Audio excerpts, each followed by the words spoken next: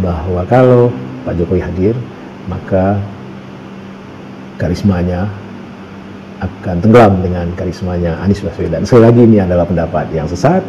Pak Jokowi adalah presiden kita sampai 2024. Beliau saat ini masih memegang kekuasaan. Tentu amat sangat tidak layak untuk dibandingkan dengan Anies Baswedan yang hanya warga biasa, yang hanya rakyat biasa, karena beliau sekarang tidak lagi menjadi gubernur. Bahkan andai kata beliau masih menjadi seorang gubernur pun tidak pantas untuk disandingkan dengan presiden kebanggaan kita semua.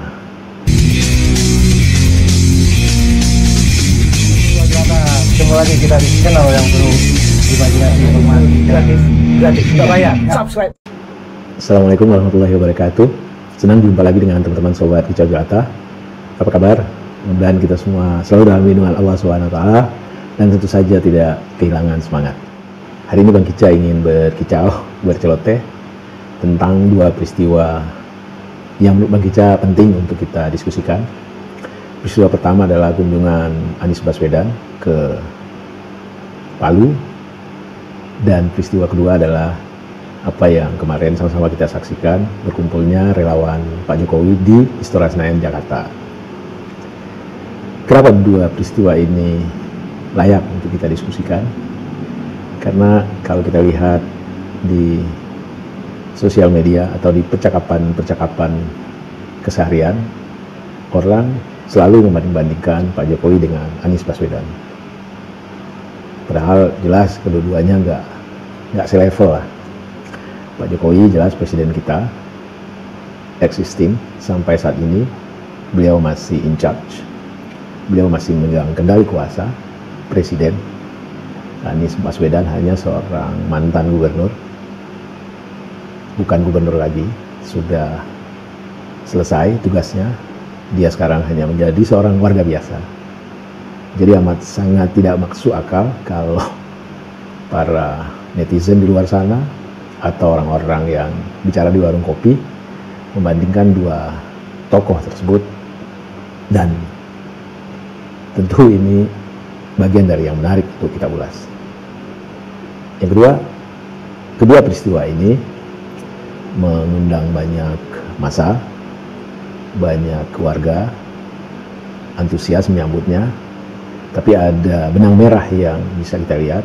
Apa yang terjadi terhadap Anies Baswedan itu nyata, nampak sebagai bagian dari spontanitas antusiasme warga, sangat natural, dan itu nyata bahwa mereka lakukan voluntary. Kelihatan dari chemistry wajah, dari cara-cara mereka mengekspresikan diri menyambut kehadiran Anies Baswedan. Lalu peristiwa yang di Senayan, masif, banyak orang berkumpul dengan berbagai uniform, dan satu hal yang bagi Kica harus respect, angkat topi kepada para I.O. yang telah memungkinkan terjadinya peristiwa tersebut dengan aman, dengan tertib, dan tentu tidak mudah untuk memobilisasi orang semasif sebanyak itu.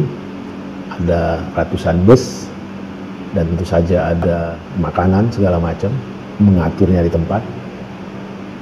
Dan di sana sini kita melihat ada kegembiraan, ada antusiasme, tapi di sisi lain juga bagian dari yang menghadiri ada kekecewaan juga gitu.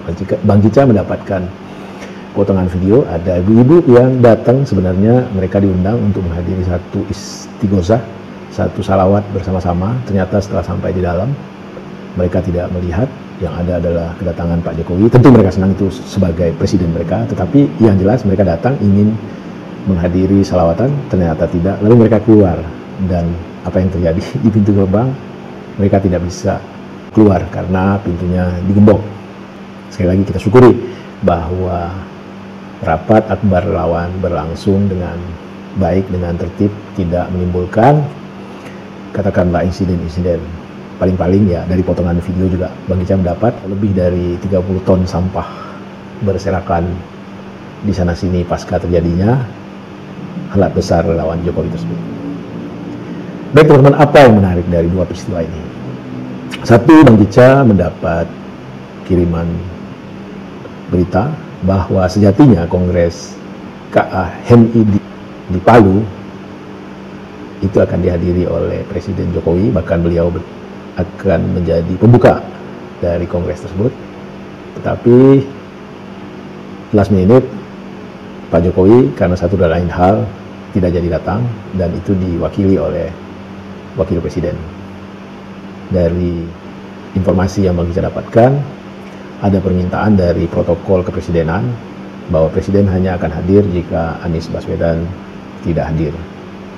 Tetapi panitia, karena Anies merupakan salah seorang dari alumni KAHMI dan undangan telah disampaikan kepada Anies, panitia tidak bisa memenuhi keinginan protokoler kepresidenan tersebut, sehingga terjadilah apa yang kita lihat, bahwa yang melakukan pembukaan kongres adalah Pak Wakil Presiden. Ini informasi yang Bang Ica baca dan beredar di banyak grup-grup WhatsApp. Nah, kalau ini benar, ini kan agak aneh juga. Mungkin Pak Presidennya sendiri tidak ada masalah.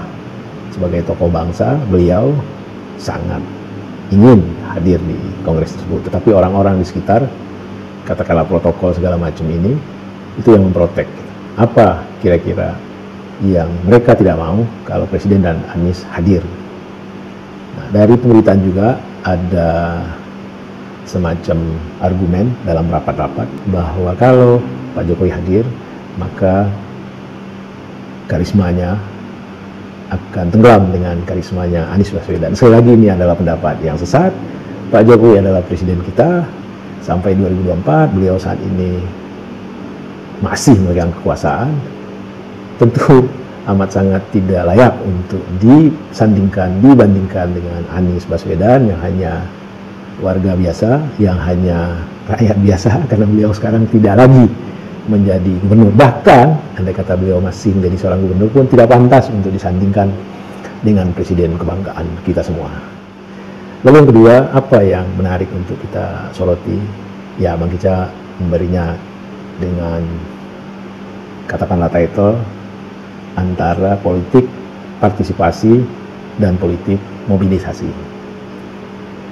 Politik partisipasi adalah politik yang intinya secara voluntary, sukarela, masyarakat antusias untuk mengekspresikan dirinya, mengorganisir dirinya, bahkan mau mengeluarkan biaya dan tenaga untuk tujuan-tujuan politik. Dan salah satu ekspresi dari politik partisipasi ini adalah ketika pemimpin yang mereka anggap panutan, ketika berkunjung ke daerah mereka, mereka akan secara spontan meluangkan waktu, mengongkosi diri untuk menyambut kedatangan pemimpin tersebut di mana tempat dengan riang gembira, dengan tiada beban, dengan wajah yang berseri-seri. Itulah salah satu ekspresi dari politik partisipasi. Dan yang bagi saya lihat di Palu atau di mana tempat ketika Anies berkunjung, itu kelihatan dari para kumpulan orang-orang, mereka datang dengan sukacita, dengan voluntary, sukarela. Itulah salah satu esensi atau salah satu ekspresi dari politik partisipasi. Tetapi yang Bang Ica saksikan di katakanlah Istora Senayan sana itu adalah politik mobilisasi. Politik mobilisasi itu adalah politik di mana orang-orang dikumpulkan oleh IO, oleh panitia dan segala macam dengan berbagai macam iming-iming, motif. Bisa karena disediakan transport, disediakan makan, bahkan ongkos, atau katakanlah dengan trik-trik tertentu bahwa akan ada pengajian, kumpul ulama, dan segala macam, sehingga berhimpunlah orang di satu titik karena termotivasi oleh berbagai macam iming-iming.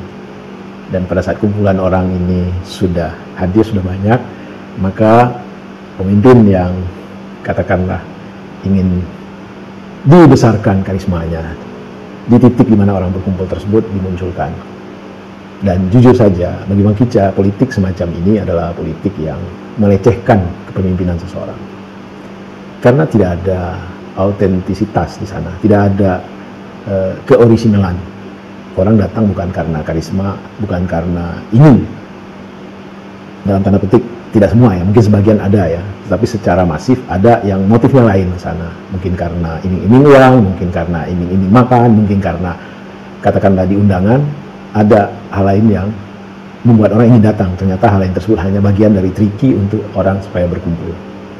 Ini sangat melecehkan katakanlah masyarakat sendiri, orang-orang yang datang yang sesat karena terkecoh oleh undangan, atau pemimpinnya sendiri juga dilecehkan sejatinya, karena itu bukan autentik, bukan original. Sekali lagi mari, yang kita hidupkan di negeri kita ini adalah politik partisipasi, politik yang lahir dari hati nurani, dari niat suci ingin memberikan yang terbaik bagi negeri, politik yang benar-benar digerakkan oleh kesukarelaan, voluntary, ingin berbuat yang terbaik bagi negeri. Jadi mari teman-teman, kita aktifkan dalam diri kita, dalam benak kita, dalam masyarakat kita, politik partisipasi, dan jauhi politik mobilisasi, karena itu adalah politik imitasi, politik yang ya tidak ada esensi yang di dalamnya benar-benar ingin menunjukkan kesejatian. Itu hanya imitasi. Yang menarik dari katakanlah kumpul massal dari apa yang disebut relawan Nusantara di Istora Senayan, kata-kata Pak Jokowi tentang kriteria dalam memilih pemimpin. Jadi pemimpin yang mikirin rakyat itu kelihatan dari penampilannya, dari kerutan di wajahnya.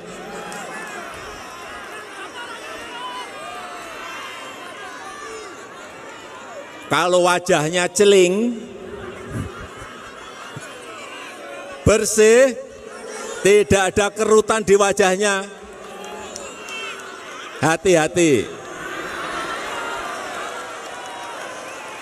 Lihat juga, lihat rambutnya. Wah, kalau rambutnya putih semua, nah ini mikir rakyat ini.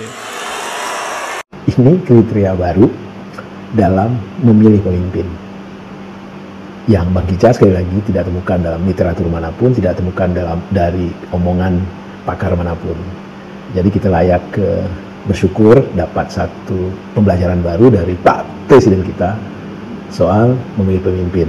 Sesimpel itu. Lihat keritan wajahnya, lihat rambutnya apakah beruban atau tidak. Jika wajah berkerut, rambut beruban, orang itu menurut Presiden kita benar-benar memikirkan rakyatnya. Tetapi jika mukanya klinis, hati-hati, hati-hati. Demikian kicau pendek soal dua peristiwa penting yang menurut Bang Kicca kesimpulannya adalah satu, jangan pernah kita membanding-bandingkan Pak Jokowi dengan Pak Anies. Itu dua tokoh yang nggak selevel.